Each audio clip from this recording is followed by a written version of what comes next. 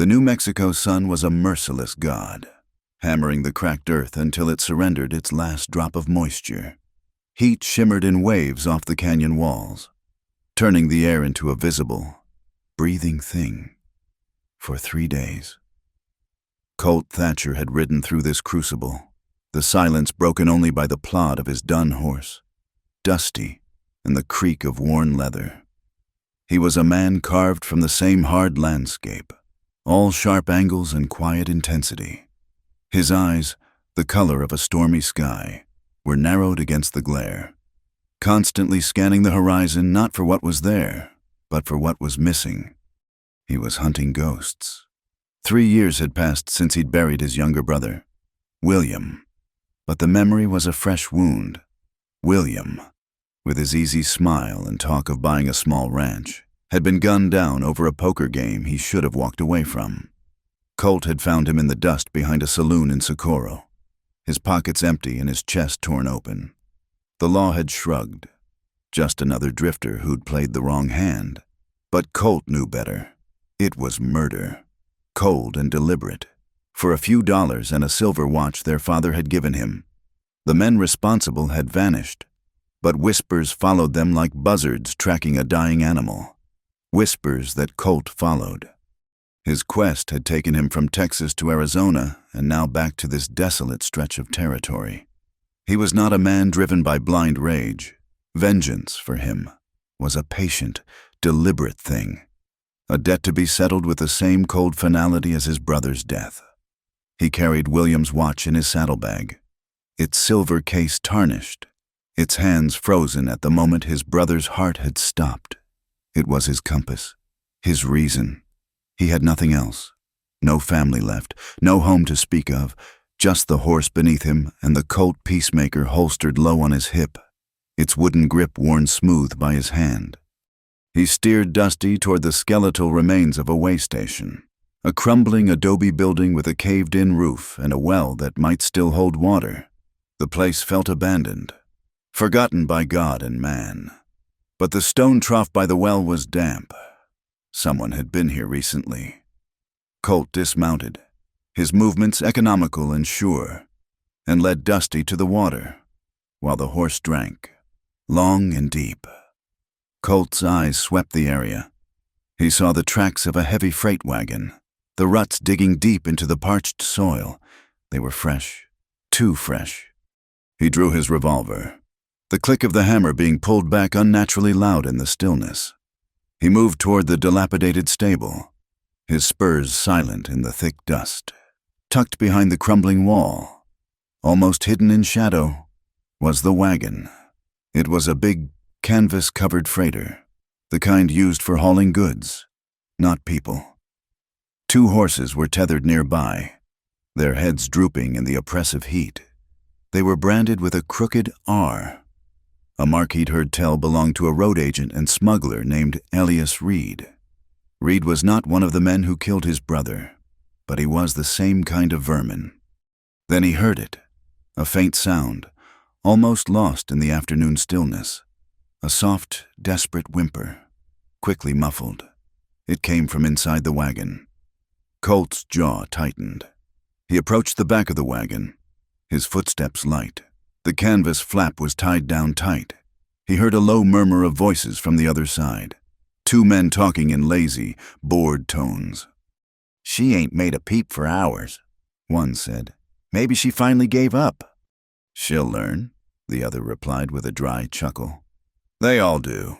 The boss paid good money for this one. Preacher's daughter, they say, untouched. He'll get double for her in Santa Fe."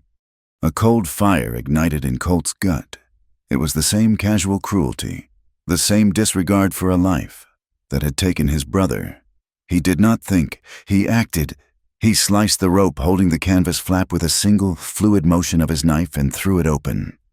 The stench of sweat and fear hit him first. In the dim, suffocating interior of the wagon, a young woman was huddled against a stack of crates. She was bound hand and foot, with a dirty gag tied tightly across her mouth. Her dress, once a simple calico, was torn at the shoulder, and her dark hair had fallen from its pins, tangled and wild. But it was her eyes that held him, wide with terror. They were the deep, clear blue of a mountain lake, and they stared at him, pleading, desperate. Her wrists were rubbed raw and bleeding from the ropes.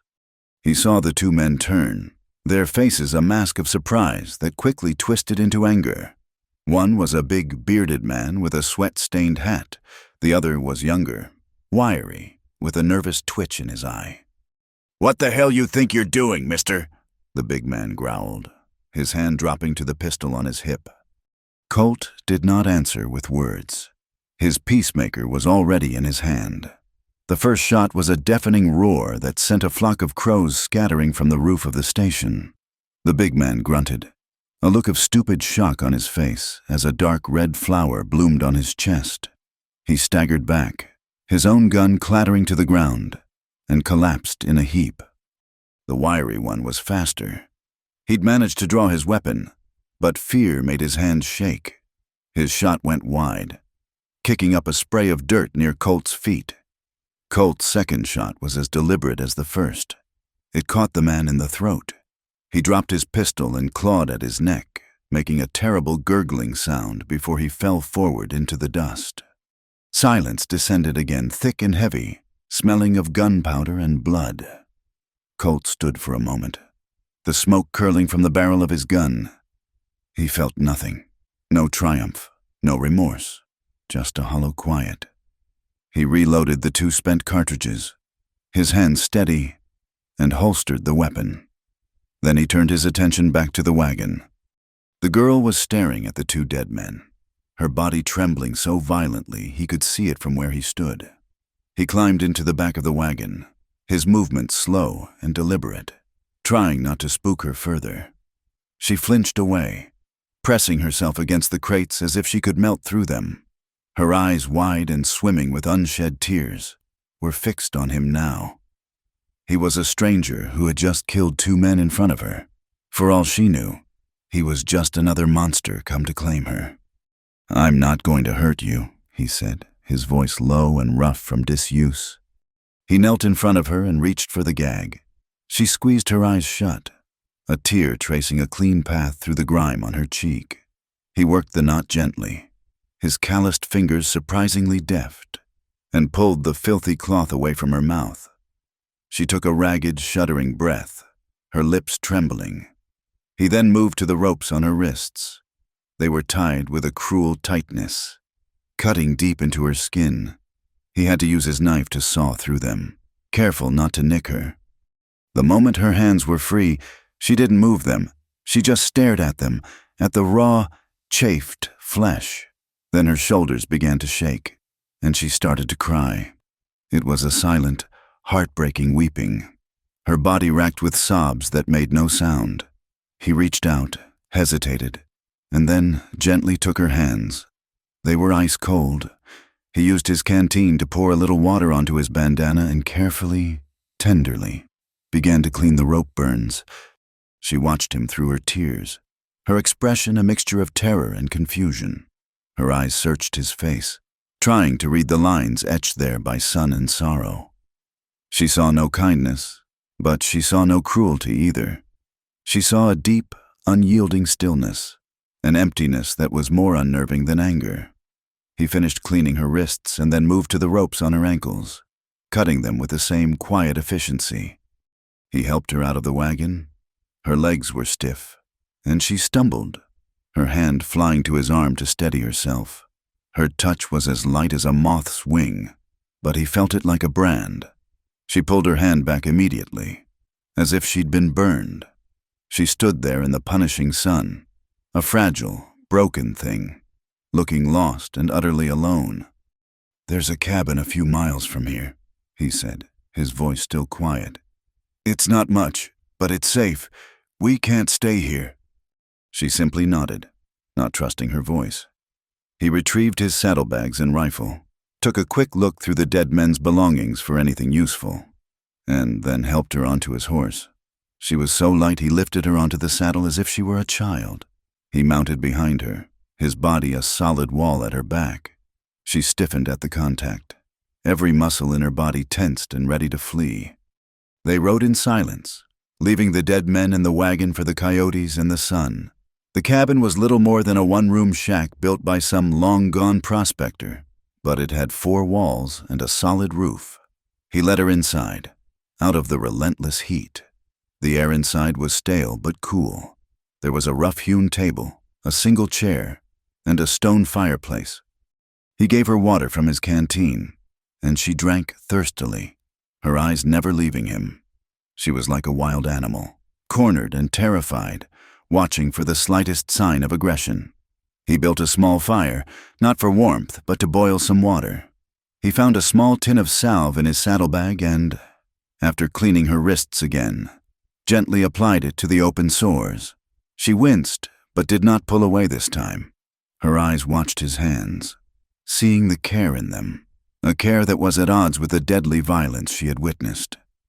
He sat on the floor across the room from her, giving her space, and ate a piece of jerky. He offered her some, but she shook her head. Hours passed in silence. The sun began to set, painting the sky in fiery strokes of orange and purple. The shadows in the small cabin deepened. He could see the fear in her starting to recede, replaced by a profound exhaustion. Finally, she spoke. Her voice was a mere whisper, cracked and hoarse. "My name is Rosemary." Colt just nodded, waiting. "My father, he is a preacher," she continued, her gaze fixed on the dirt floor. "He is a good man, but he has a weakness for cards. He met a man, a gambler who travels with a wagon show. He lost everything. The church, our home, everything." She paused, taking a shaky breath. "When there was nothing left to wager, he offered me—" Her voice broke on the last word, and a fresh wave of silent tears streamed down her face.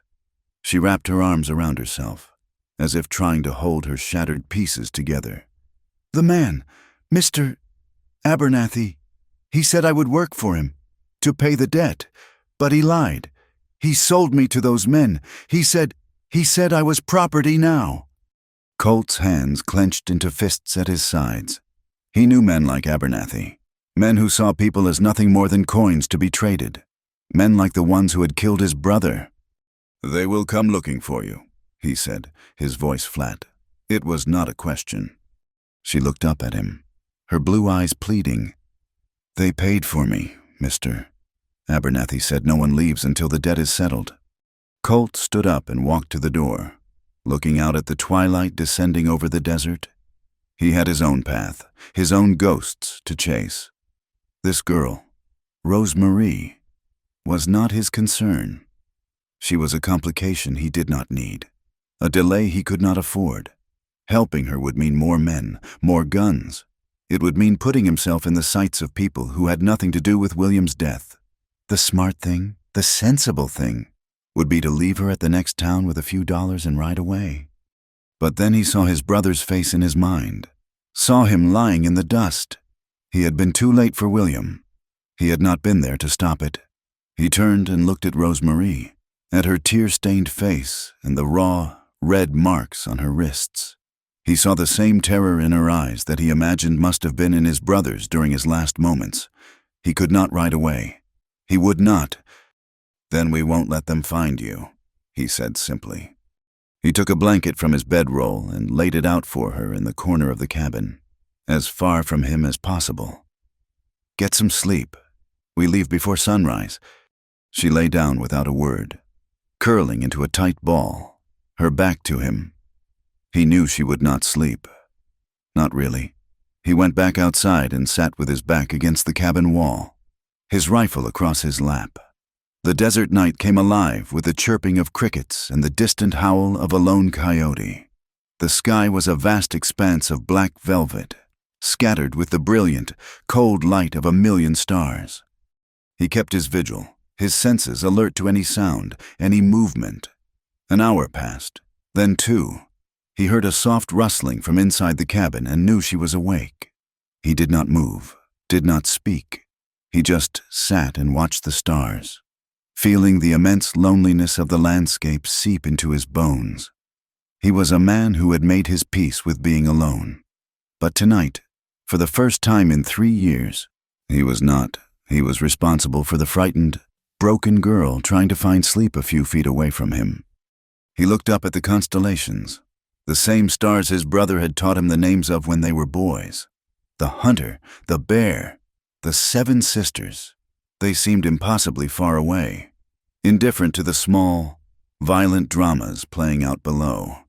He thought of Rosemary, sold by her own father, passed between men like a piece of livestock, and he thought of William, his life snuffed out for a handful of silver. They were 2 different stories, but they were bound by the same thread of casual cruelty. He did not know where this new path would lead him. He only knew that he had stepped onto it, and there was no turning back now. He would watch over her. He would keep her safe. It was a promise he made not to her, but to the ghost of his brother. A silent penance spoken to the uncaring stars. And as the night wore on, he watched and he waited, a solitary guardian in the vast, unforgiving wilderness. Freedom was not a peaceful country. For Rosemary, it was a foreign and hostile territory, full of sharp noises and sudden movements that sent tremors of fear through her. The snap of a twig sounded like the crack of a whip. The shadow of a vulture circling overhead felt like the looming presence of a captor. For the first few days of their journey north, she rode in a state of coiled tension, her silence a wall against the world. She flinched when Colt passed her a piece of hardtack, her fingers trembling as she took it. She barely slept, and when she did, she was tormented by nightmares that left her waking with a silent scream caught in her throat. Colt understood. He had seen that kind of fear in spooked horses and trapped animals. He knew that crowding it would only make it worse.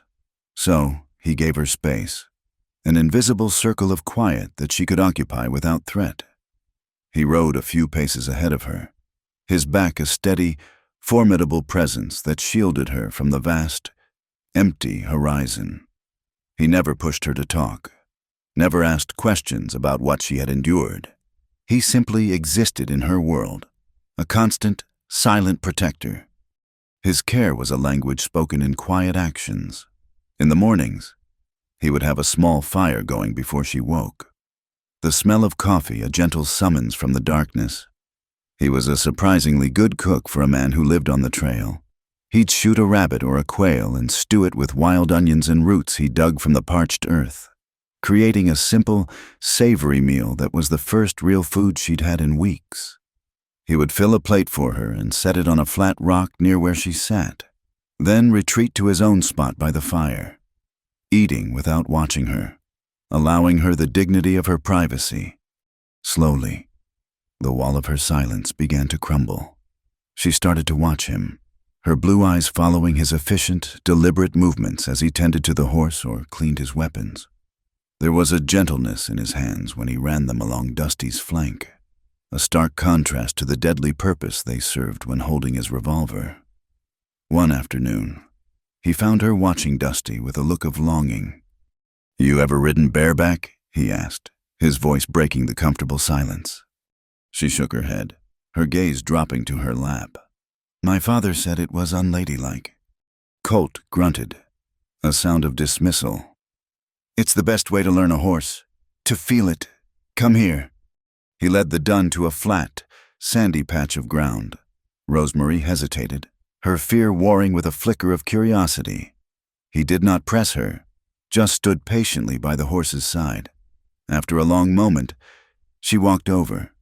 He showed her how to grasp the horse's mane, how to use her strength to pull herself up. Her first few attempts were clumsy, but he didn't laugh. He just offered a quiet word of encouragement, his hand briefly touching her back to steady her. When she finally swung her leg over and settled onto Dusty's broad, warm back, a small gasp escaped her lips. The world looked different from up here. She could feel the power of the animal beneath her, the gentle rise and fall of its breathing.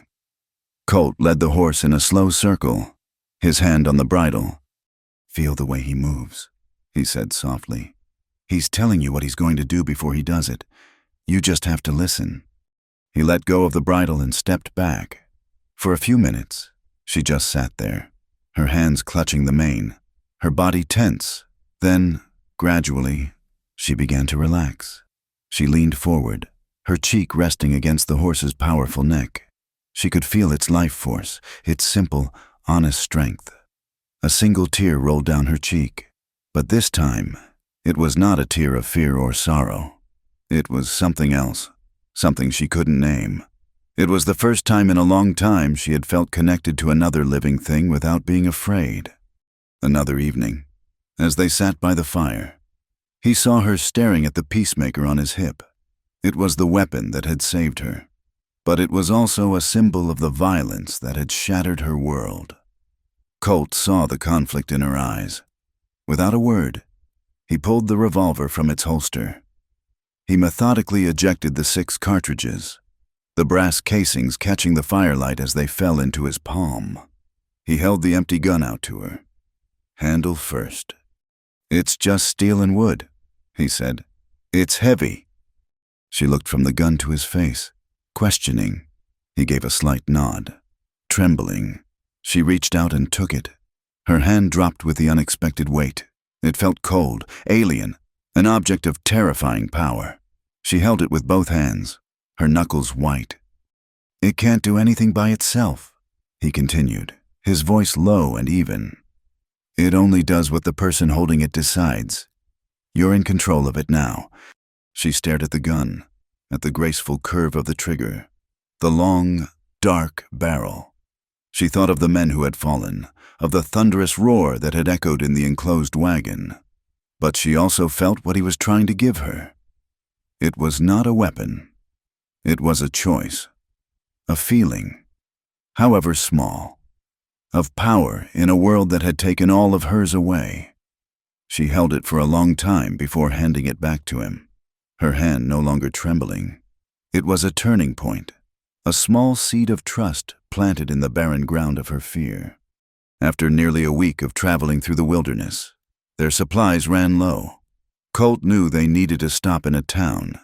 He chose Dry Creek, a dusty collection of clapboard buildings huddled under a mesa, looking like it had been forgotten by the rest of the world.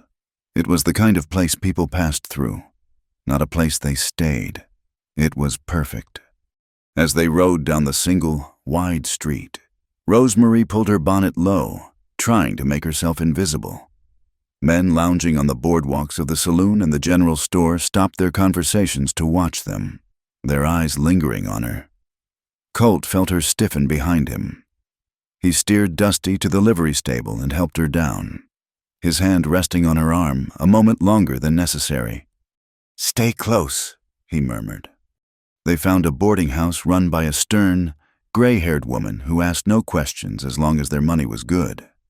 The room was small and clean, with a single bed and a window that looked out onto a dusty alley. Colt told Rosemary to lock the door and not to open it for anyone but him. While she rested, he went to the general store. The town was quiet, but it was a tense quiet. He felt eyes on his back, heard the whispers that fell silent when he turned. He bought flour, bacon, coffee, and a few tins of peaches. He also bought Rosemary a new dress, a simple one of blue cotton, and a brush for her hair. He left the items outside her door, knocked twice, and walked away. Later, as dusk settled, he made his way to the saloon. It was the heart of any town like this, the place where information was traded as freely as whiskey. The air inside was thick with the smell of cheap liquor, stale cigar smoke, and unwashed bodies. A tinny piano was being played badly in the corner. Colt took a spot at the end of the bar, ordered a whiskey he had no intention of drinking, and listened. He saw her then, a saloon girl with brassy hair and eyes that were old before their time. She was laughing with a pair of cowboys, but her eyes kept flicking toward the door, toward the street. Her name was Clementine. Colt watched as another man, a thick-necked freighter, approached her and spoke in a low voice. Clementine's eyes widened, and she looked directly at the man, then glanced around the room. A flicker of something, recognition, fear in her expression. The freighter then made his way out of the saloon. Colt knew. He didn't know how, but he knew. The freighter had described Rosemary, and the saloon girl had recognized the description. Maybe she'd seen her in the back of Abernathy's wagon show, or heard the stories. Word traveled fast in the West, and the story of a preacher's daughter sold for gambling debts was a juicy one. He left the whiskey on the bar and walked out into the cool night air. The town felt different now. The shadows seemed deeper, more menacing. He made his way to the sheriff's office. A single lantern burned inside. Sheriff Bodine was a large man, his belly straining the buttons of his vest. He had a folksy, welcoming smile, but his eyes were small and hard, like chips of flint. "Evening, stranger. What can I do for you?" Bodine asked, leaning back in his chair. "I'm just passing through," Colt said, his voice level. "But I've run into some trouble. The young woman traveling with me, she's being pursued by men who mean her harm." The sheriff stroked his mustache. "Is that so?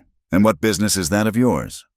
"She's under my protection," Colt said simply. "Protection," Bodine repeated, savoring the word. "A lot of men think they're protecting a woman when they're really just staking a claim. Now, I did hear a rumor today about a girl who went missing from a traveling show. A girl who was bought and paid for. You wouldn't know anything about that, would you?"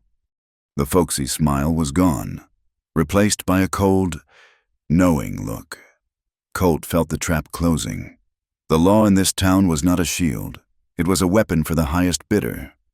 "I know that she was tied up in the back of a wagon and that I killed the 2 men guarding her," Colt said, his voice dropping, losing all warmth. "And I'll kill any other man who tries to lay a hand on her." Sheriff Bodine's eyes narrowed. He slowly stood up, his hand resting on the butt of his pistol. "That sounds like a threat, mister. And I don't take kindly to threats in my town. I think it would be best for everyone if you and the young lady were to ride out, first thing in the morning." "We will," Colt said, holding the sheriff's gaze. "But if anyone comes near our room at the boarding house tonight, I'll hold you responsible." He turned and walked out, the sheriff's hostile stare burning into his back. He knew Bodine's warning was not for his benefit. It was a delay, a way to keep him in town long enough for the bounty men to get organized. He returned to the boarding house, his senses on high alert. He found Rosemary sitting on the edge of the bed in her new dress, brushing her long, dark hair. The simple act made her look less like a frightened refugee and more like the young woman she was supposed to be. She looked up when he entered, a flicker of a smile touching her lips before it vanished. "We have to leave," he said, his voice low and urgent. "Now." Fear instantly returned to her eyes. "What is it? What's wrong?" "They know you're here." He didn't have to say who they were. She stood up, her hands twisting the fabric of her dress. Colt checked his revolver, then took up his rifle. He moved to the window and peered out into the alley. "Nothing." He motioned for her to stay away from the door. The floorboards in the hallway creaked. It was the only warning they got. Colt moved with silent, fluid speed, pressing himself against the wall next to the door, his rifle held ready. Rosemary stifled a cry, her hand flying to her mouth. The doorknob began to turn, slowly, silently. The lock, a simple bolt, held for a moment, then splintered as a heavy shoulder slammed against the door from the outside. The door flew open, and 2 men spilled into the room. They were rough-looking, smelling of whiskey and greed. One held a coil of rope, the other a long knife. They were not expecting Colt. They were expecting a terrified, defenseless girl. The first man saw Colt and his eyes went wide with shock. He tried to raise a pistol, but he was too slow. The blast from Colt's rifle was deafening in the small room, a cannon shot of fire and thunder. The man was thrown backward into the hallway, a hole torn in his chest. The second man, the one with the knife, was more agile. He lunged, not at Colt, but at Rosemary. She screamed, a raw, piercing sound of pure terror, and scrambled back onto the bed. Colt didn't have a clear shot. He swung the rifle like a club, the heavy wooden stock catching the man on the side of the head. The man staggered, dazed, and Colt drove his shoulder into his chest, slamming him against the far wall. The man was strong. He grunted and swung the knife wildly. Colt caught his wrist, and for a moment, they were locked in a desperate struggle. Colt could feel the man's hot, foul breath on his face. He saw the cold, murderous intent in his eyes. With a surge of strength, Colt twisted the man's arm, forcing the knife from his grip. He slammed his fist into the man's face once, twice, then shoved him away. The man stumbled back, blood pouring from his nose. He looked at Colt, then at his dead partner in the hallway, and his bravado vanished, replaced by raw fear. He turned and fled, crashing down the stairs and out into the night. Colt stood breathing heavily, the adrenaline coursing through him. The room was filled with the acrid smell of gunpowder. Rosemary was huddled on the bed, her face buried in her hands, her body shaking with violent sobs. The boarding house owner was shouting from downstairs. Doors were opening along the hall. "We have to go," Colt said again, his voice harsh. He grabbed his saddlebag and pulled Rosemary to her feet. She was limp, almost catatonic with fear. He practically had to carry her out of the room, down the back stairs, and into the alley. He boosted her onto Dusty's back and swung up behind her, urging the horse into a gallop, leaving the shouting and the chaos of Dry Creek behind them. They rode hard for hours, pushing deep into the rocky, moonlit hills. The land grew rougher, the trail harder to follow. Colt didn't stop until the first pale light of dawn was breaking in the east. He found a place where the trail disappeared, a narrow, winding canyon that offered cover. He dismounted and helped Rosemary down. Her legs gave way, and he caught her, holding her upright. She was still trembling. He led her to a shallow overhang, a natural shelter in the rock. He built a small, smokeless fire and made coffee. He wrapped a blanket around her shoulders, but she still shivered. Though the morning air was not cold, he sat across from her, watching her, the silence stretching between them. Finally, she looked at him, her eyes wide and haunted in the flickering firelight. "Why?" she whispered, her voice barely audible. "Why are you doing this? You could have been killed. You could have left me in that town. Why risk everything for me?" Colt stared into the flames, the fire reflecting in his stormy gray eyes. He thought of his brother, of the guilt that was his constant companion, a shadow he could not outrun. He had spent 3 years chasing a ghost, seeking a vengeance that felt more hollow with each passing day. But in the last week, something had shifted. Protecting this girl, seeing the life and trust slowly return to her eyes, had given him a purpose that felt more real, more immediate than his quest for revenge. He looked at her pale, tear-streaked face, and for the first time, he let her see a glimpse of the wound he carried inside him. "I wasn't there in time for my brother," he said, his voice thick with a pain he rarely acknowledged. "But I'm here now." The simple, profound honesty of his words hung in the air between them. She understood. He was not just saving her. He was trying to save himself from a past he could not change. The knowledge forged a new, deeper connection between them, a bond of shared sorrow and survival. They found shelter for the night in an old, abandoned mining cave. It was dark and cold, but it was hidden and safe. After they ate a meager meal, they sat in the darkness near the mouth of the cave, the stars their only light. The silence was no longer empty. It was filled with unspoken emotions. Rosemary had stopped shaking. A quiet resolve had settled over her. She had survived another night. They had survived. She looked over at him, a silhouette against the night sky. He was always watching, always vigilant, a lone sentinel guarding her from the darkness. She thought of the terror in the boarding house, the explosion of violence, and how, through it all, his only concern had been for her. No one had ever put her first.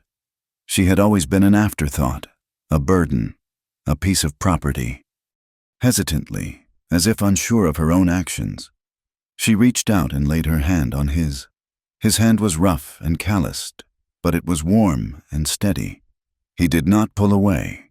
He simply turned his hand over and curled his fingers around hers, his grip firm and reassuring. "I don't want to be alone anymore," she whispered into the darkness, the words a raw confession of the deepest fear in her heart. He held her hand, his thumb gently stroking the back of hers. It was an anchor in the terrifying darkness, a promise that for tonight she was not alone. The space between them was charged with a new and powerful current. It was not the heat of passion, but the quiet, intense warmth of two lonely, broken souls finding solace in each other's presence. The world outside the cave was cruel and dangerous, but in here, for this one night, holding hands in the dark, they had found a fragile, precious peace. The days that followed their escape from Dry Creek forged a new kind of existence. They stayed in the high country, following game trails and ancient riverbeds, keeping away from roads and towns. The immediate threat had passed, but its shadow lingered. Colt knew they were being hunted, and fear was a luxury they could not afford. Survival was a craft, and he began to teach it to Rosemarie. The lessons were harsh, born of necessity. He started with the revolver. He took her to a secluded box canyon where the sound of their shots would be swallowed by the rock walls. He placed the empty peacemaker in her hand again, letting her feel its weight, its cold, mechanical reality. He showed her how to load it, how to cock the hammer, how to aim down the long barrel. "Don't think about the man," he told her, his voice low and steady as he stood behind her, adjusting her stance. "Think about the target, a button on his coat, the space between his eyes, a small, specific point. Squeeze the trigger. Don't pull it. Let the shot surprise you." Her first shot slammed into the dirt. Yards from the tin can he'd set on a rock. The recoil was a violent kick that jolted her entire body, and the explosion of sound made her cry out. Her hands shook, and her eyes filled with tears of frustration and fear. She wanted to drop the gun, to run from the terrible power it represented. "Again," Colt said, his voice unyielding. She fired again, and again. Each time, the blast seemed to tear a piece from the quiet world she longed for. But with each shot, a subtle change occurred. The shaking in her hands lessened. Her shoulders stopped cringing in anticipation of the recoil. She began to see the gun not as an instrument of terror, but as a tool. Colt's patience was a steady, grounding force. He never raised his voice, never showed frustration. He simply corrected her grip, reminded her to breathe, and told her to fire again. By the end of the day, she could consistently hit the can at 20 paces.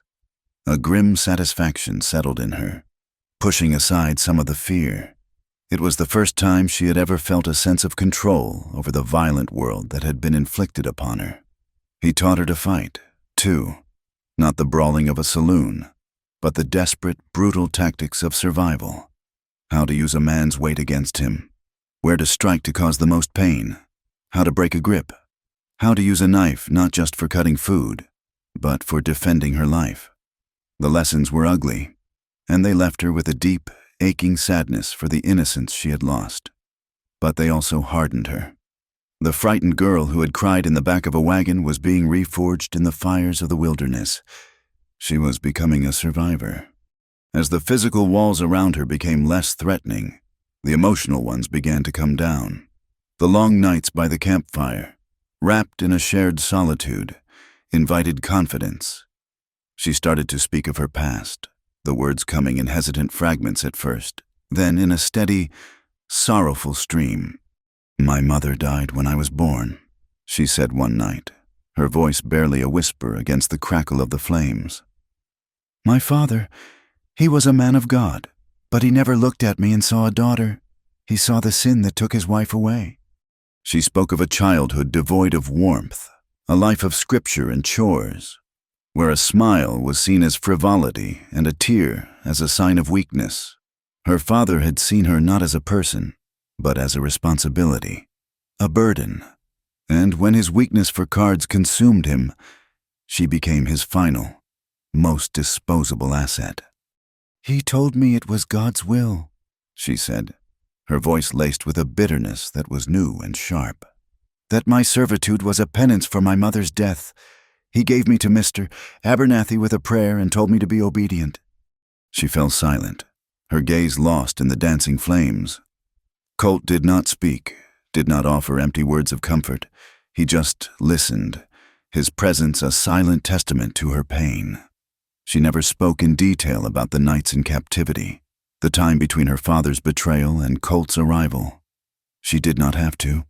The horror was there in the shadows that still haunted her eyes, in the way she would sometimes wrap her arms around herself, a reflexive, protective gesture against a memory that was too terrible to name. He understood that some wounds were too deep to be exposed to the light. After 2 weeks on the trail, they were gaunt and weary. Colt knew they needed a safe place to rest, to heal. He remembered a place from years before, a small, isolated ranch nestled in a high valley, far from any major trail. It was a long shot, but it was their only one. They found it after 3 more days of hard riding. The ranch was a small patch of green in an ocean of brown rock and scrub. A sturdy log cabin sat beside a clean, fast-running creek, smoke curling lazily from its stone chimney. A handful of well-fed horses grazed in a corral. As they approached, an older man emerged from the cabin, a rifle held loosely in the crook of his arm. He was a black man, with skin the color of rich earth and hair as white as cotton. His face was a roadmap of a long and difficult life, but his eyes were clear and steady. "That's far enough," he called out, his voice a low, gravelly rumble. Colt reined in Dusty and raised a hand in a sign of peace. "We're just looking for water, and maybe a place to rest. We mean no harm." A woman appeared in the doorway behind the man. She was as lean and sturdy as a desert pine, her graying hair tied back in a practical bun. She wiped her hands on her apron and studied them with sharp, intelligent eyes. "Josiah, they look half-starved," she said, her voice surprisingly gentle. "The girl especially."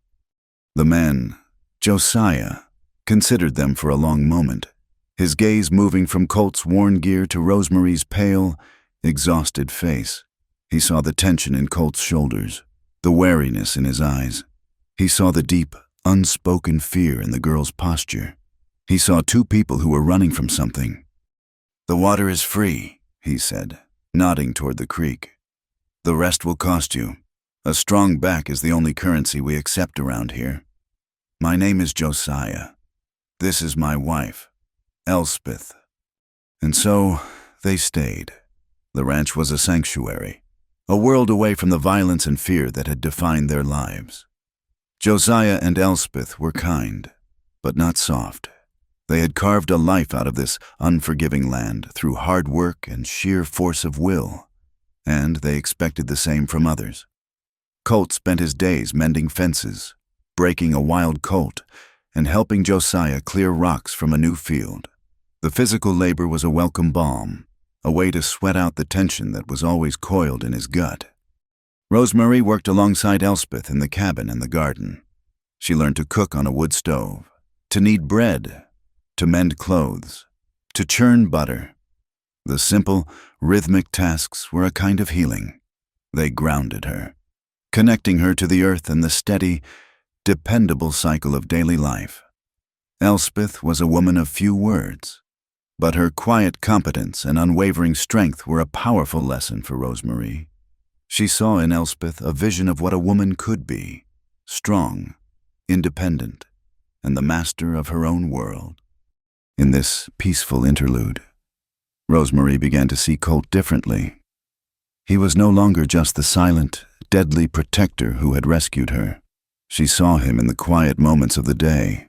She watched him with the horses, his rough hands surprisingly gentle as he calmed a spooked mare or treated a stone bruise. He spoke to them in a low, soothing murmur, a voice he never used with people. She saw the patience in him as he worked with the wild colt, a patience that mirrored the way he had taught her to shoot. She saw him in the evenings, sitting on the porch with Josiah, the two men sharing a comfortable silence as they watched the sun set. A few times, she even saw the ghost of a smile touch his lips at something Josiah said. She started to notice the small details, the way the sun had bleached the tips of his dark hair, the fine lines around his eyes from years of squinting into the sun, the sheer, solid strength of his shoulders. Her gratitude for him began to deepen into something more complex, something warmer and more unsettling. It was a slow-burning ember of desire, a feeling so foreign and so long suppressed that she barely recognized it. One evening, she brought him a cup of coffee as he sat on the porch rail, staring out at the stars. She stood beside him, closer than she normally would, her arm brushing against his. He stiffened, the familiar wall of distance rising between them. "Thank you," he said, his voice gruff, his eyes fixed on the horizon. "It's beautiful here," she said softly. "So quiet." "Quiet doesn't last," he replied, his tone flat. She felt the sting of his rejection, the way he shut her out. She knew he was not a cruel man, but he was a man encased in a shell of grief and guilt. She could feel it, could see it in the haunted depths of his eyes. Colt was at war with himself. He was not blind to the changes in Rosemarie. He saw the life returning to her face, the strength in her posture. He saw the way she looked at him, her blue eyes filled with a warmth that both terrified and tempted him. He felt the pull toward her, a longing for a connection he had denied himself for 3 long years. But the ghost of his brother was always there, a constant reminder of his failure, and the memory of the men he had killed. The violence he was capable of was a stain he believed could never be washed away. He felt he was a danger to anyone who got too close. He did not deserve the peace this ranch offered, and he certainly did not deserve the tentative hope he saw in Rosemarie's eyes. Happiness was a country he was no longer welcome in. His retreat into himself only seemed to strengthen Rosemarie's resolve. She had spent her life being pushed away, being told she was unworthy. But Colt's rejection was different. It wasn't born of contempt, but of pain. And for the first time in her life, she refused to accept it. She would not be pushed away. The illusion of their sanctuary was shattered a week later. Josiah returned from a trip to a settlement 10 miles down the valley, his face grim. He found Colt by the corral. "There's talk in town," Josiah said, his voice low. "A man named Abernathy has put a bounty on a runaway girl, a preacher's daughter. He's hired a nasty piece of work, a gang leader named Silas Croft, to bring her back. They say Croft and his men were seen heading into these hills." The name hit Colt like a physical blow. Silas Croft. It was a name he had been chasing for 3 years, a name whispered in saloons and gambling dens. Silas Croft was the man who had been at the poker table with his brother, the man who had orchestrated the whole thing. The threads of his past and present had just twisted together into a deadly knot. Croft was not just hunting Rosemarie. He was the ghost Colt had been hunting all along. The decision was made in an instant. It was cold, hard, and absolute. He could not allow Croft to reach this ranch, to bring his violence into this peaceful place and endanger the good people who had given them shelter.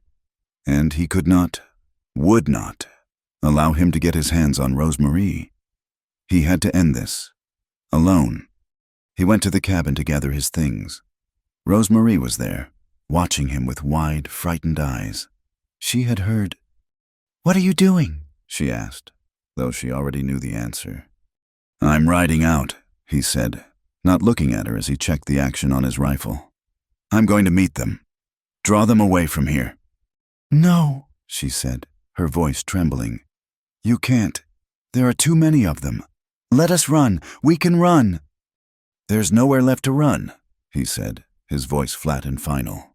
"This ends now." He turned to leave, but she stepped in front of him, blocking the door. She put her hands on his chest, her touch both a plea and a barrier. "Don't go," she whispered, her eyes swimming with tears. "Please, Colt, don't leave me." "I'm doing this to protect you," he said, his voice strained. "I don't care about being protected," she cried, her voice breaking. "I'm afraid of losing you. You are the only person who has ever looked at me with kindness.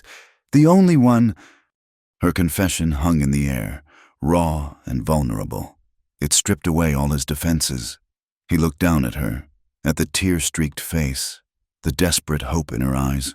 The guilt, the grief, the years of loneliness. It all seemed to fall away in that one moment. All that was left was her, and the undeniable truth of what she meant to him. He reached up and cupped her face in his hands, his thumbs gently wiping away her tears. He leaned down, and she rose on her toes to meet him. Their first kiss was not one of passion or of pent-up desire. It was something far more profound. It was tender, hesitant, a soft, searching press of lips that spoke of shared pain and fragile hope. It was a promise in a world that had only ever offered them threats. It was full of the emotion of 1,000 unspoken words. He held the kiss for a long moment, then slowly pulled back. He rested his forehead against hers. His eyes closed. He could feel the frantic beating of her heart against his chest. He wanted to stay. He wanted to believe in the promise of that kiss, in the possibility of a life with her. But Silas Croft was out there. The ghost of his past had come to claim his future.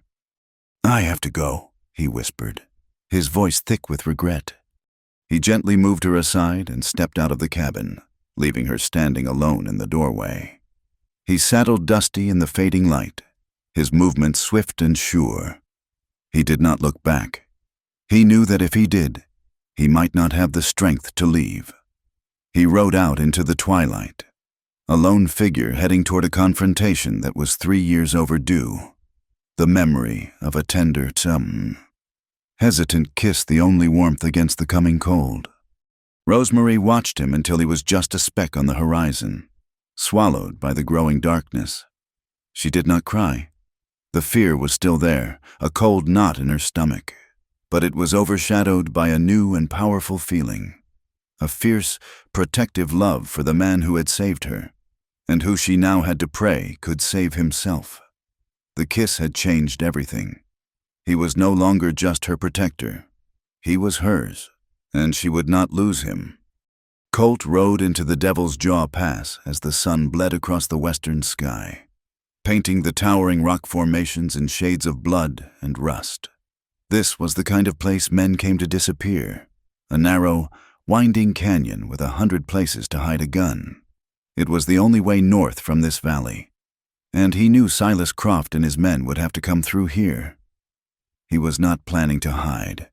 He was planning to be the bait. He dismounted in a small clearing where the pass widened, a patch of ground that offered no cover, and built a small fire. He was a single, deliberate target in the vast wilderness. He didn't have to wait long. As dusk began to settle, casting long, distorted shadows, they appeared, not in a rush, but with the lazy confidence of predators who knew the trap was set. There were 5 of them, emerging from the rocks on either side of the pass, their rifles glinting in the last of the light.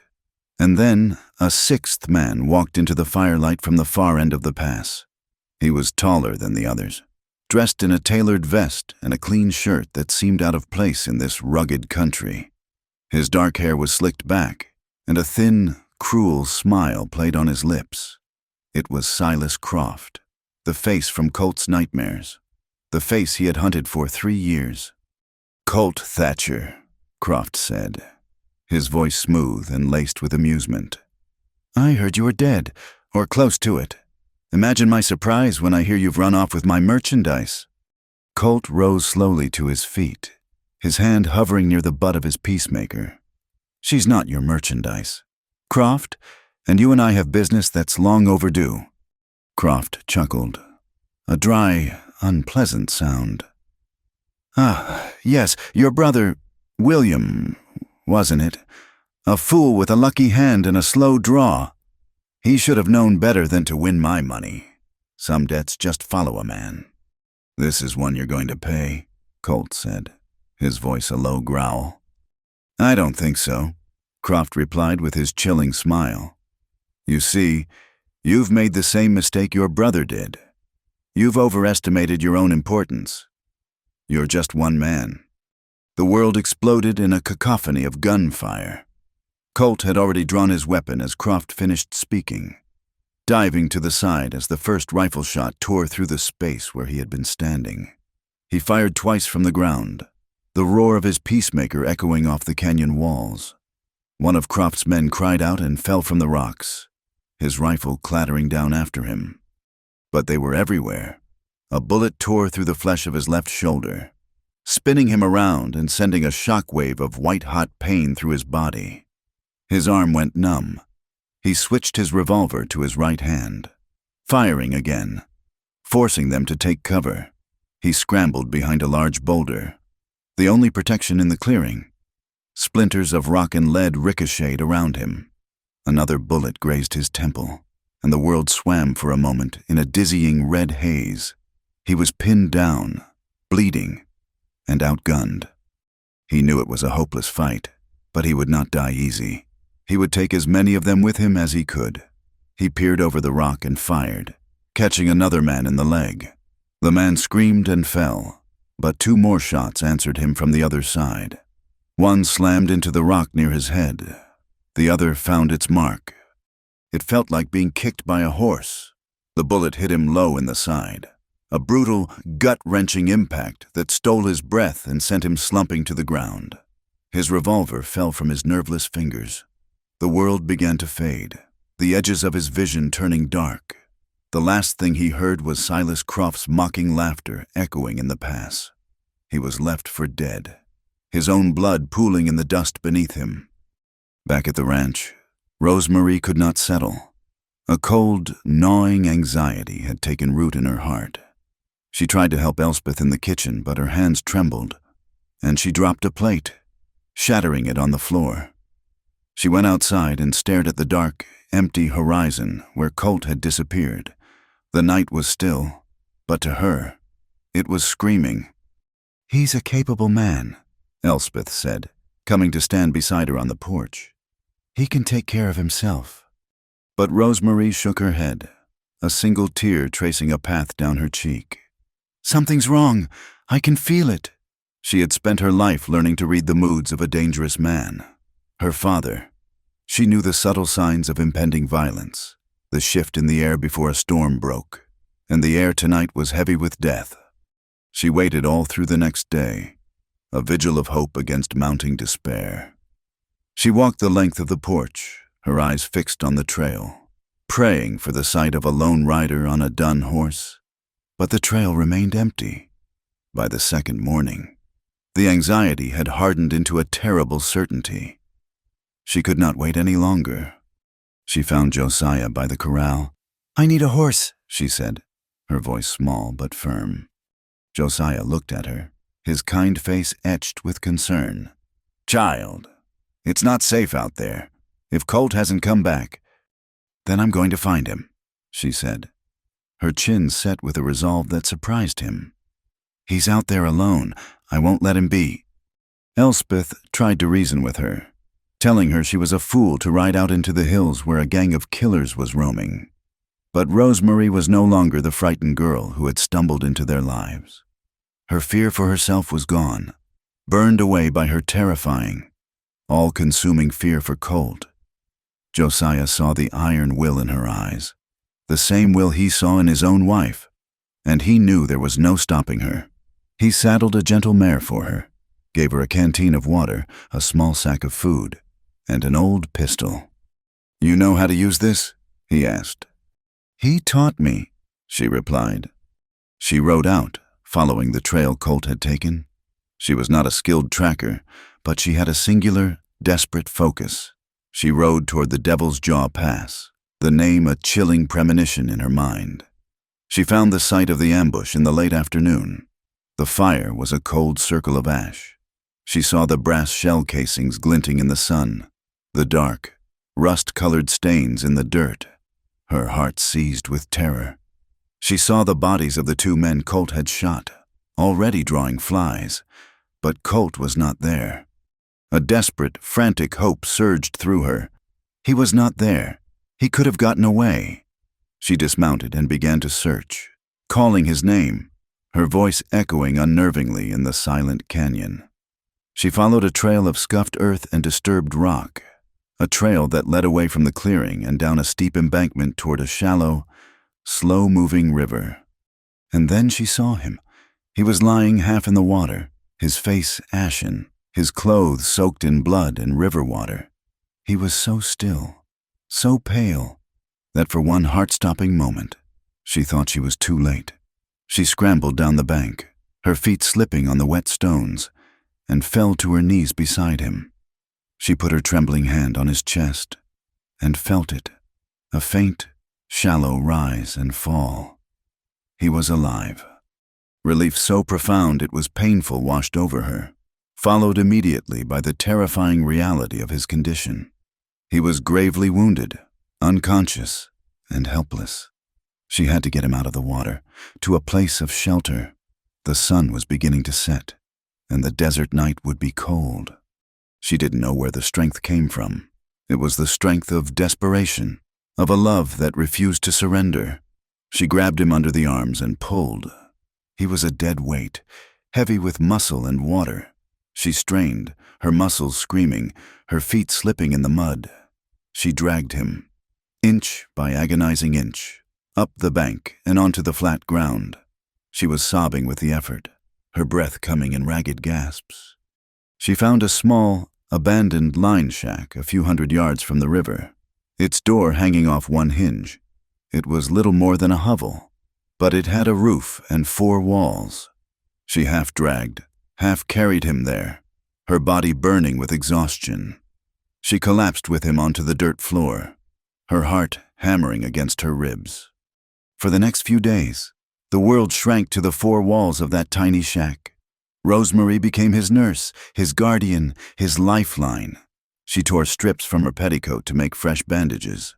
She cleaned his wounds with the whiskey from his saddlebag flask, her tears mingling with the fiery liquid as he moaned in his delirium.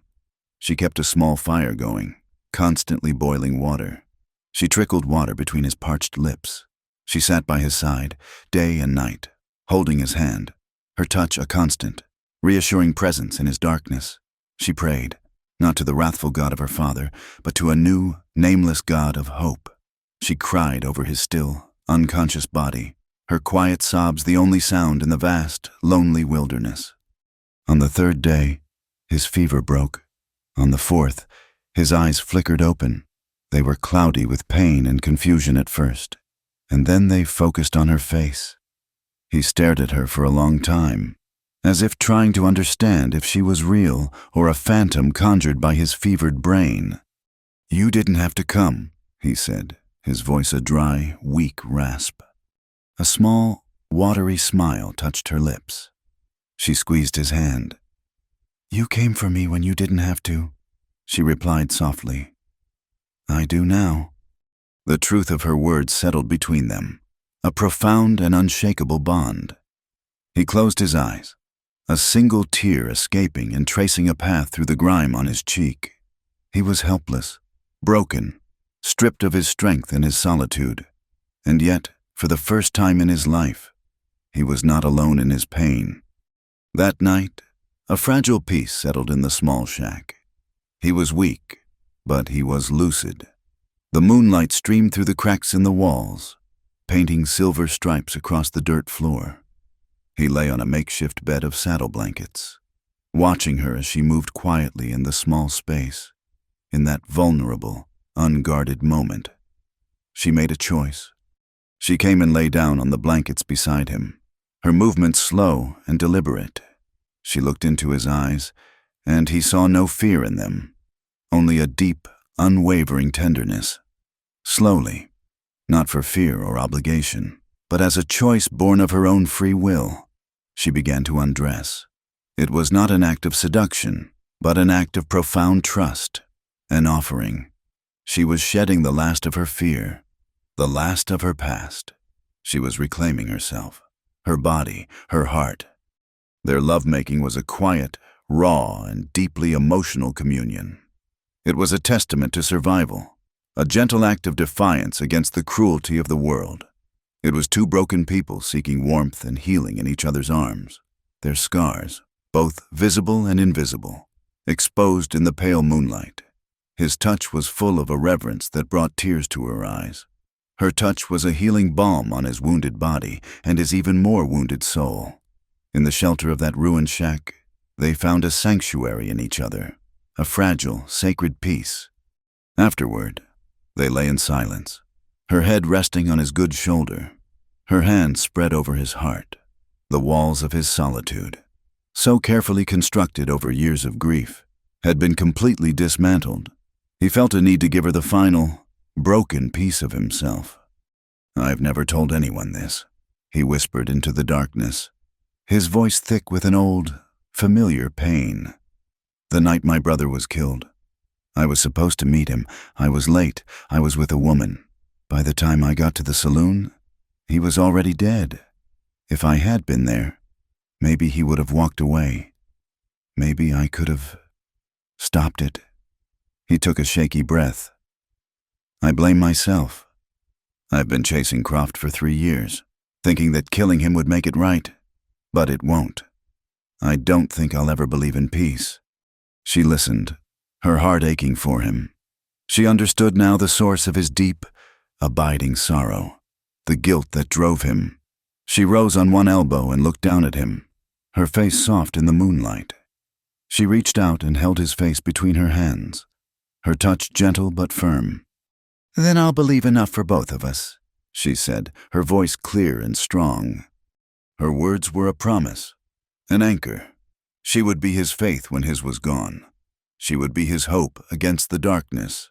He looked up at her, at this incredible, resilient woman who had ridden into hell to find him, who had nursed him back to life, who had offered him a love he never thought he deserved.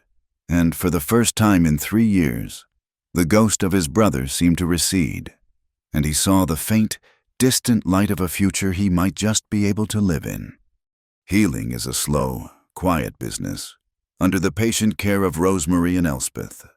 Colt's body began to mend, the deep wound in his side closed, knitting itself together into a puckered, angry scar. The strength returned to his limbs, the color to his face. He spent the long, quiet days on the porch of the cabin, his body still but his mind restless.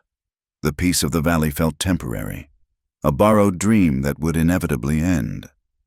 Silas Croft was still out there. Men like him did not give up. They would keep coming, and next time they might not fail. He and Rosemary talked in the cool evenings, their chairs close together, the vast, starry sky their only witness. He spoke of running, of heading further west, to California or Oregon, where they could disappear and start anew. But Rosemary, forged into something new by the fires she had walked through, shook her head.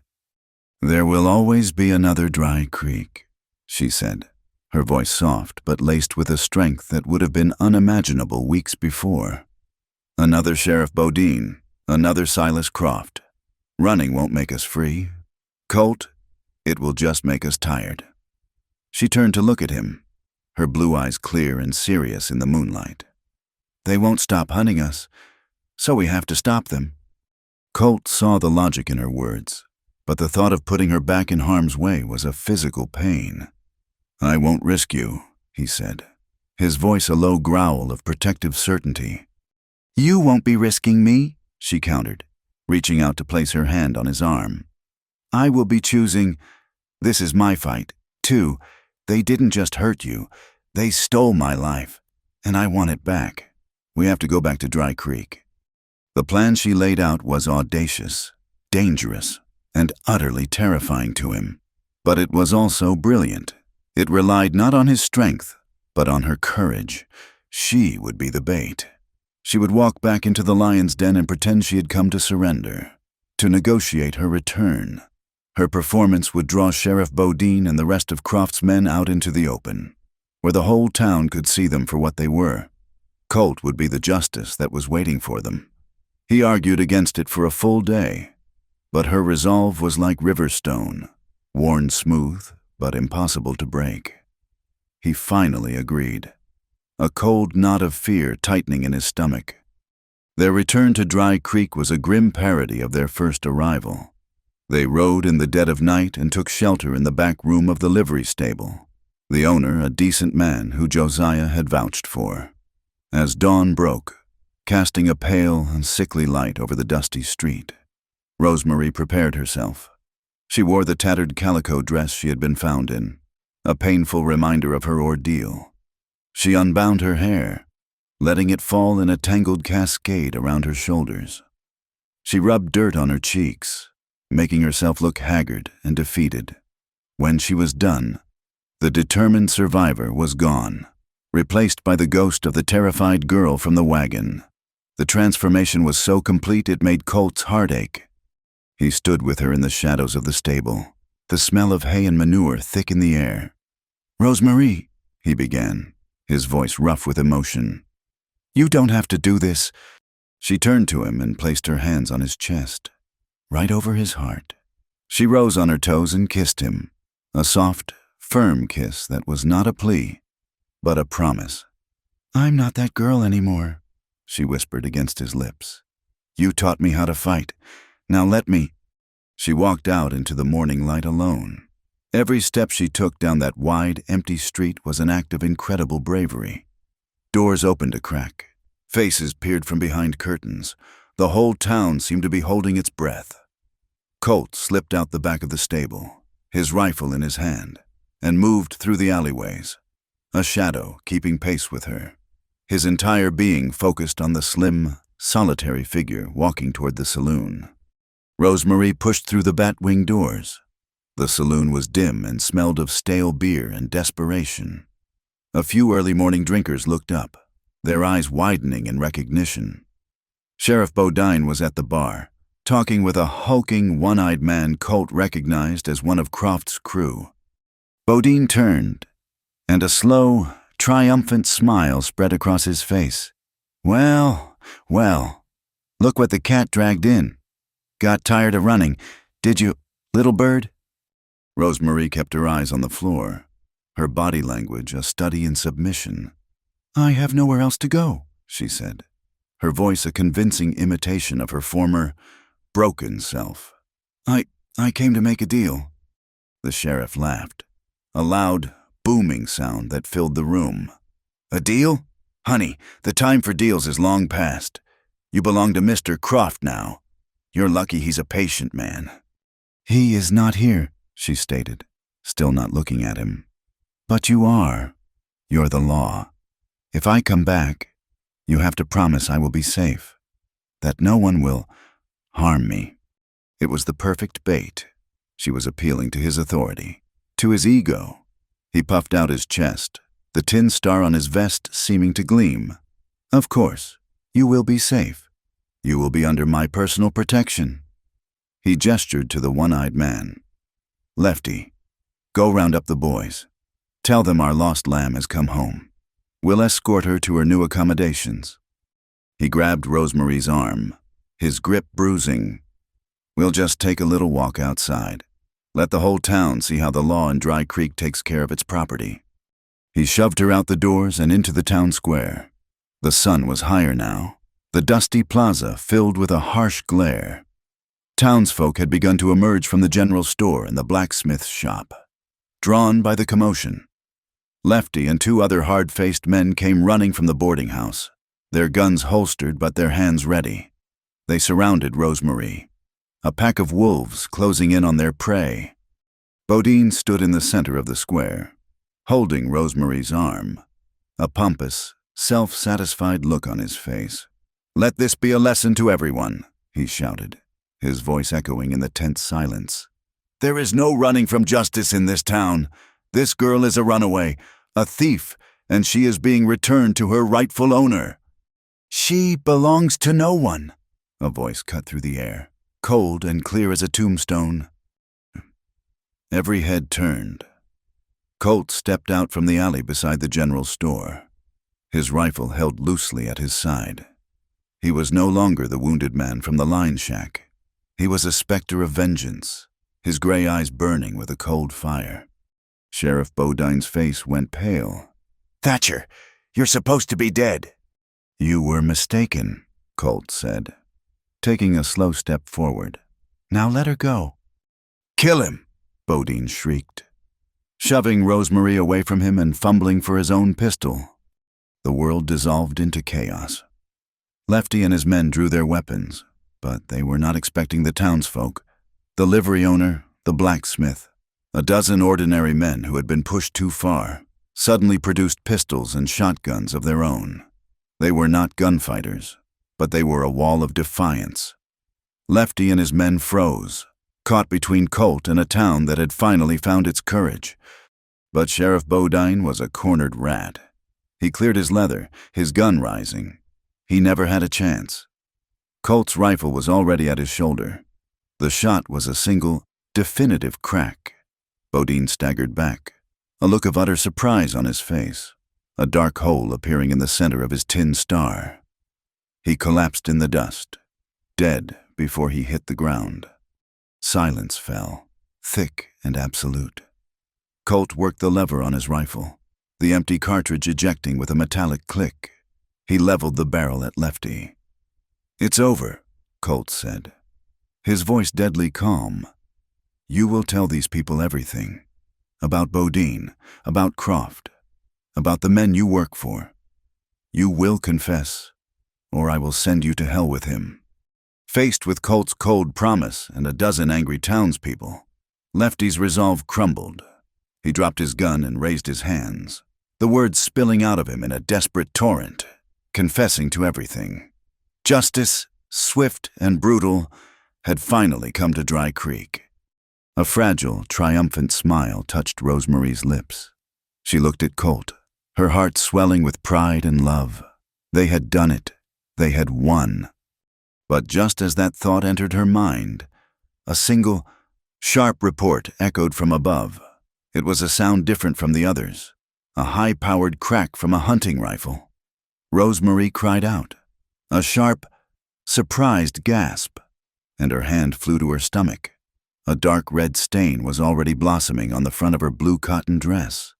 Her legs gave way, and she crumpled to the ground. Colt's world turned to ice, then to fire. He looked up, his eyes scanning the rooftops, and he saw him, Silas Croft, perched like a vulture on the roof of the saloon, his rifle still smoking.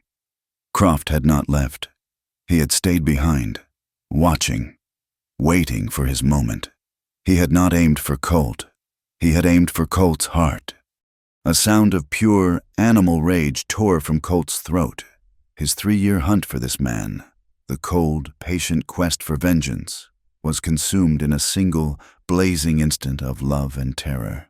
He dropped his rifle and drew his peacemaker, firing up at the rooftop in a blind, furious volley. Croft ducked back, but it was too late. Colt was already moving, sprinting across the square, his mind empty of everything but a single, murderous thought. He kicked in the side door of the saloon and took the stairs 3 at a time, crashing through the door that led to the roof.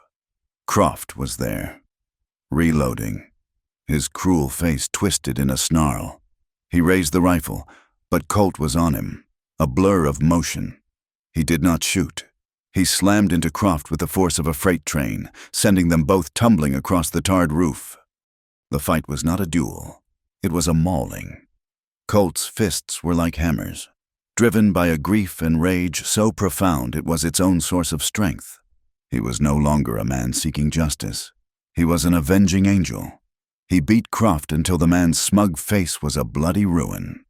And then, with a final, guttural roar, he lifted him up and threw him from the edge of the roof. Silas Croft fell 2 stories and landed in the dust of the town square he had terrorized, his body a broken, twisted wreck. Colt stood on the edge of the roof, his chest heaving, his hands bloody. The vengeance he had sought for so long was finally his, and it meant nothing. It was ash in his mouth. He scrambled down from the roof and ran to where Rosemary lay. The town doctor, a harried man named Evans, was already kneeling beside her, pressing a cloth to the wound. Colt fell to his knees, his face a mask of anguish. "Rosemary!" he choked out. Her eyes fluttered open. She looked up at him, her face pale as death. She tried to smile. "Did we win?" she whispered. He lifted her into his arms as gently as if she were made of glass. "We won," he said, his voice breaking. He stood up and turned to the stunned crowd. "Help me!" he roared, his voice raw with a desperation no one in that town had ever heard. "Somebody, help me!" He carried her through the street, past the bodies of the dead, past the shocked faces of the townspeople, to the small infirmary at the back of the doctor's office. Doctor Evans worked frantically, his instruments clinking in the lamplit room. Colt was pushed outside, but he refused to leave.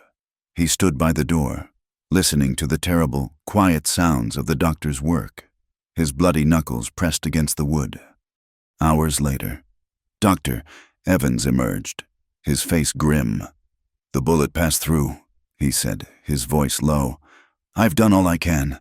She's strong, but it is in God's hands now." They let him back in.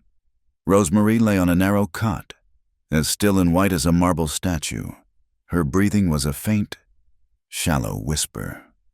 Colt pulled a chair to her bedside and took her hand. It was cold. He refused to let it go. He sat there as night fell, the sounds of the town fading away, leaving only the quiet ticking of a clock and the sound of Rosemary's fragile breaths. He did not pray. He did not know how. Instead, he talked. He leaned close and whispered to her, his voice a low, constant murmur. He told her about the constellations, the stories his mother had told him about the hunter and the bear.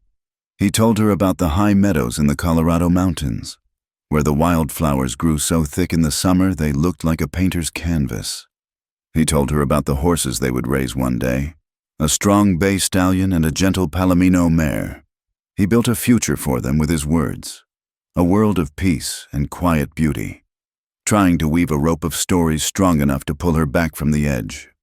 He talked all through the night and into the next day, his voice growing hoarse. He did not sleep. He did not eat.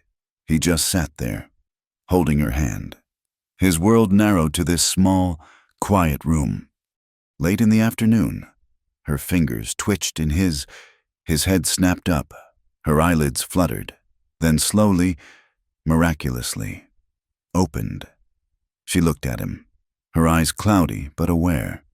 She saw the tracks of tears on his dusty cheeks, the raw anguish in his face, for the first time since he buried his brother. Colt Thatcher was crying, silent tears of overwhelming relief streaming down his face. A faint, beautiful smile touched her pale lips. Her voice was barely a whisper, a dry rustle of sound, but he heard it as clearly as a shout. "I told you," she said, "not to stop." The seasons turned, washing the blood from the dust of Dry Creek and replacing it with the quiet determination of a town reborn. The months that followed the showdown were a time of slow, steady healing, not just for Rosemary's body, but for the soul of the community. The saloon, once a den of fear and corruption, was now owned by a cheerful, round-faced German immigrant named Mr. Schmidt, who insisted on a clean floor and kept a strict rule against loaded weapons at the bar. The music from its piano was no longer tinny and desperate, but lively and full of hope. The sheriff's office was occupied by a man named Abel Marsh, a former farmer with hands the size of dinner plates and a quiet, unshakable sense of decency. The tin star on his chest felt earned, not stolen. The people of the town walked with their heads held a little higher, their eyes a little clearer. They had faced down the darkness and found their own courage in the process. High on a ridge overlooking the valley, a new life was taking root. Colt and Rosemary had built a small, sturdy cabin from pine logs, with a wide porch that looked out on a sea of rolling hills and endless sky. It was a simple place, but it was theirs, built with their own hands. It was a home, here. The silence was not the empty, waiting silence of the high desert, but a peaceful quiet filled with the sound of the wind in the pines and the distant call of a hawk. Their days settled into a gentle, reassuring rhythm. Colt had accepted Sheriff Marsh's offer to act as a territorial patrol, riding the trails, keeping the peace, and ensuring that the kind of corruption that had festered under Bodine would never take hold again. He was a natural fit for the role, his quiet watchfulness no longer the mark of a haunted drifter, but of a dedicated guardian. He would leave at dawn, a solitary figure on his dun horse, and return at dusk. His presence a comfort not just to Rosemarie, but to all the lonely ranches and homesteads scattered through the hills. Rosemarie, in turn, found her own purpose. She had discovered a deep well of strength within herself, a resilience she never knew she possessed. The women of the town, who had once whispered about the preacher's girl, now looked at her with a quiet respect. They had seen her walk into the saloon, had seen her fall in the town square, and had seen her rise again. 3 times a week, a small flock of young girls would make the trek up the ridge to their cabin. There, on the porch, with sunlight streaming through the rafters, Rosemarie taught them to read and write. She used an old Bible, not for its dogma, but for its stories and its poetry. She taught them to form letters on a slate, to sound out words, to unlock the magic that was trapped in the ink. She was a patient and gentle teacher, her voice soft, her smile encouraging. In the faces of these girls, she saw herself, and she was determined to give them the one thing she had never been given, a voice. She was taking the instrument of her father's judgment and turning it into a tool of liberation. Watching her, Colt would feel a profound sense of peace settle over him, a warmth that had nothing to do with the sun, but peace. For a man like Colt was a wary and unfamiliar guest. The physical scars on his body had faded, but the ones on his soul were deeper. There were nights when he would wake in a cold sweat, the thunder of gunfire from the devil's jaw pass echoing in his ears. The ghosts of his past had been laid to rest, but their shadows still knew his name. One cool autumn night, Rosemarie found him sitting on the edge of the porch, staring out into the darkness where a fire pit glowed with dying embers. He had not come to bed, and a familiar, quiet tension had settled around him. She came and sat beside him, wrapping a blanket around her shoulders. She did not speak, simply followed his gaze to the hypnotic dance of the orange and red coals. For a long time, the only sound was the chirping of crickets and the whisper of the wind. "It feels borrowed," he said finally, his voice a low rumble in the darkness. "This quiet, this peace, I keep waiting for the bill to come due." He picked up a stick and poked at the embers, sending a shower of sparks up into the night. "I'm still afraid." His confession was a raw and vulnerable thing, an admission of the fear that was his constant, silent companion, the fear that men like Croft were not an anomaly, but the rule, the fear that the violence he had lived by for so long had tainted him beyond repair, and that he would inevitably bring it down upon this beautiful, fragile life they had built, the fear that this peace would not last. Rosemarie listened, her heart aching with love for this strong, broken man. The old Rosemarie, the frightened girl from the wagon, would have tried to soothe him with empty platitudes, telling him not to be afraid, that everything would be all right. But she was not that girl anymore. She understood that his fear was a part of him, a scar from a wound that would never fully heal. To deny it would be to deny a part of him. She moved closer and took the hand that wasn't holding the stick. It was a rough, calloused hand, a hand that had known violence and hardship, but it was also the hand that had gently cleaned her wounds, that had held hers in the dark of a cave, that had taught her how to be strong. She lifted his hand and placed it flat against her chest, directly over her heart. He could feel its steady, rhythmic beat beneath his palm, a quiet, life-affirming drum in the vast stillness of the night. "Then stay afraid," she said, her voice clear and soft as moonlight. She looked into his eyes, her gaze unwavering. "Just do not run." Her words were not a comfort, they were a challenge, an acceptance. She was not asking him to be a man he was not.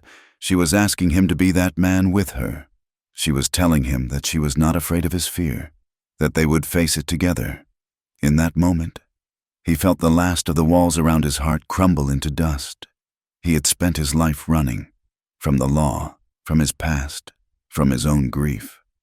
She was offering him a reason to stop, to stay, to build a home not just on this ridge, but in the shelter of her love. He looked at her beautiful, determined face illuminated by the starlight, and he knew what he had to do. He stood up and pulled her gently to her feet. He led her away from the dying fire, out to the edge of the ridge where the whole expanse of the heavens was laid out before them, a glittering canopy of impossible beauty. He took both of her hands in his. "I have spent my whole life being alone," he began, his voice thick with an emotion he had long suppressed. "I thought that was all I would ever be, all I deserved. But you showed me something else." He took a deep breath, the words feeling new and momentous on his tongue. "Marry me, Rosemarie. Be my wife." Tears welled in her eyes and streamed down her cheeks, but for the first time in her life, her tears were not born of fear or pain or sorrow. They were tears of a joy so pure and overwhelming it felt like a holy relief. She was crying because, for the first time, she felt completely, utterly, and unshakably safe. "Yes," she whispered, her voice breaking. "Yes, Colt, I will." They were married a week later, on a bright, clear morning. It was a simple ceremony at the cabin, with Josiah and Elspeth as their witnesses, and Sheriff Marsh officiating, his deep voice lending a solemn gravity to the words. Rosemarie wore the blue cotton dress Colt had bought for her, and in her hair, she had woven a crown of wild asters. Colt stood beside her, his usual rough trail clothes replaced by a clean shirt and a new jacket, looking both uncomfortable and profoundly happy. They spoke their vows as the sun streamed down, their promises simple, honest, and as solid as the mountains that surrounded them. That night, in the quiet of their cabin, a single lantern cast a warm, golden glow. A fire crackled in the hearth, warding off the chill of the autumn night. Rosemarie stood before him, her heart beating a steady, joyful rhythm. In her hair, she still wore a single red ribbon, the last relic of a past she was now ready to let go of. She had worn it on their wedding day as a final, silent act of defiance, a reminder of all she had overcome. Slowly, her eyes locked with his, she reached up and untied the ribbon. It was the same simple, practiced motion he had used to untie the ropes on her wrists so long ago. But this time, it was not an act of rescue. It was an act of liberation. She held the thin strip of red cloth in her hand for a moment, then let it fall. It drifted down and settled on the floorboards, a small, discarded scrap of a nightmare that no longer had any power over her. "I am not afraid anymore," she whispered, and the words were a vow, a declaration of her final, hard-won freedom. Colt stepped toward her and knelt on one knee. He took her hand, the one that was not scarred, and pressed his lips to its back in a gesture of pure reverence. Then, he gently turned her hand over and kissed the pale, faded scars on her wrist, honoring the pain she had endured and the strength she had found. He rose to his feet and cupped her face in his hands, his thumbs tracing the line of her jaw, and then he kissed her lips. Their lovemaking that night was not the desperate, healing embrace of the line shack. It was slow and free and sacred. It was a celebration of two souls who had walked through the valley of the shadow of death and had found their way into the light. It was a quiet, joyous affirmation of life, of hope, and of a love that had been forged in violence and tempered into something unbreakable. As the first light of dawn painted the eastern sky in shades of rose and gold, they rode out from the cabin together. He was on his steady dun, and she on the gentle mare Josiah had given her. They rode side by side, their horses moving in easy rhythm. They did not look back at the cabin on the ridge, or at the town of Dry Creek nestled in the valley below. Their gaze was fixed forward, on the vast, open plains that stretched out before them, a landscape of infinite possibility. They were survivors who had found their home not in a place, but in each other. They had no final destination, only a future to build, together, one sunrise at a time. Thank you for being a part of this journey. Please comment with where you are listening from to connect with fellow fans. And do not forget to subscribe to the From Wild West channel and share your thoughts in English.